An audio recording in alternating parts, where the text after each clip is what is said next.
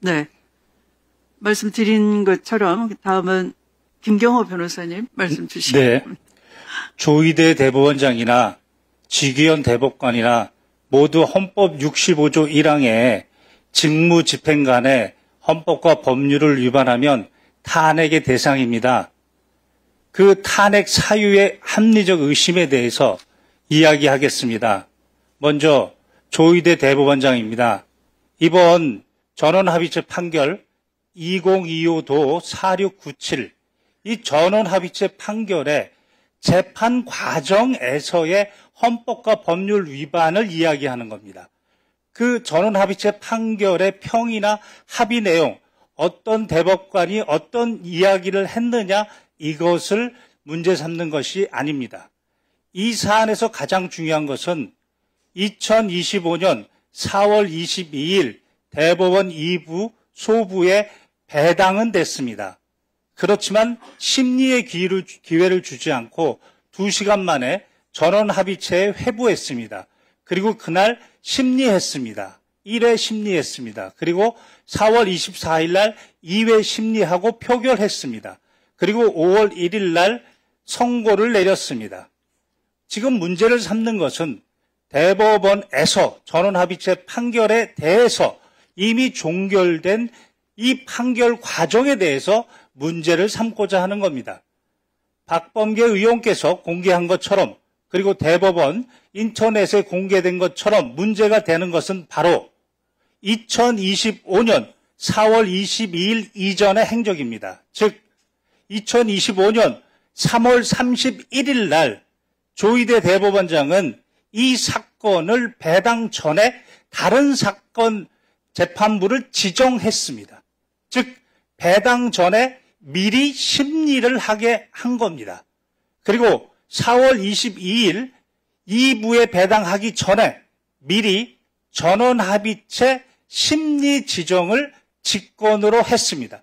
이 두 부분에 대한 문제점을 말씀드리겠습니다. 먼저 대법원 2부에는 4월 22일 오전에 배당이 됐습니다.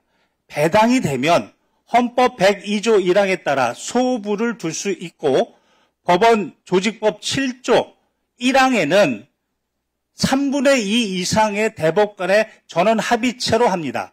그러나 단서에 3명 이상이 소부에 배당이 되면 먼저 심리한다고 했습니다. 먼저 심리한다는 것이 원칙입니다. 그러면 4월 22일 날 배당되기 전부터 3월 31일 날 누군가가 먼저 심리하고 있었습니다. 이것은 헌법이 보장하는 소부의 심판권을 침해했습니다. 그리고 소부는 먼저 심리를 하다가 4가지 사유, 다시 말해서 명령규칙이 헌법에 위반됐는지, 명령규칙이 법률에 위반됐는지, 지금 해당 대법원 판결을 변경해야 되는지, 아니면 소부에서 심리하는 게 부적당한지 이렇게 심리를 한 다음에 전원합의체에 회부하는 겁니다. 그런데 이런 절차도 없이 배당 전에 미리 4월 22일 당일날 전원합의체 지정 이렇게 직권으로 심리를 지정하였습니다. 이 부분은 대법원의 내규, 즉 대법원 전원합의체 심리 절차에 관한 규정, 심리 절차에 관한 내규입니다. 2조에 따르면 전원합의체 사건을 지정하려면 최소 10일이 있어야 됩니다. 그것도 위반했습니다. 22일 날 배당 전에 심리하고 그리고 그날 심리를 한 겁니다. 그리고 그날 이틀 동안에 6만에서 7만 쪽의 기록을 보았다는 건지 보지 않았다는 건지 그 로그 기록에 대해서는 공개하고 있지 않습니다.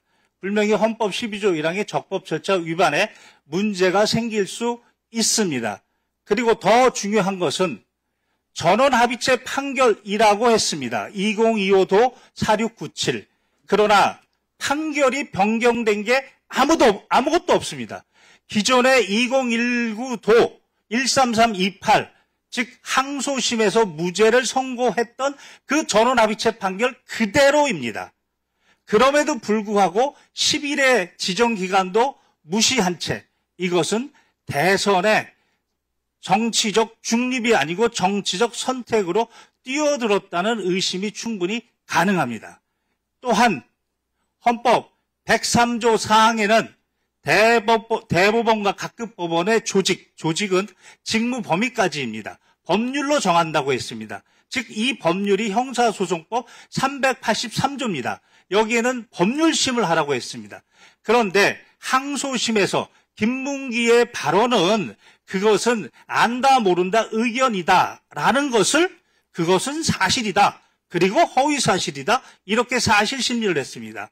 그리고 백현동 발언에 대해서는 그것은 구체적 사실이 아니고 항소심의 경우에는 구체적 사실이 아니고 다소 과장된 표현 의견이다를 대법원에서 사실이고 허위사실이라고 명시적으로 사실심 판단을 했습니다. 이것은 383조 4호에 사형, 무기 10년 이상의 선고가 아니면 절대로 사실심 심리를 할 수 없습니다. 이와 같이 구체적으로 조희대 대법원은 헌법과 법률의 위반의 사항이 구체적 사항이 있습니다.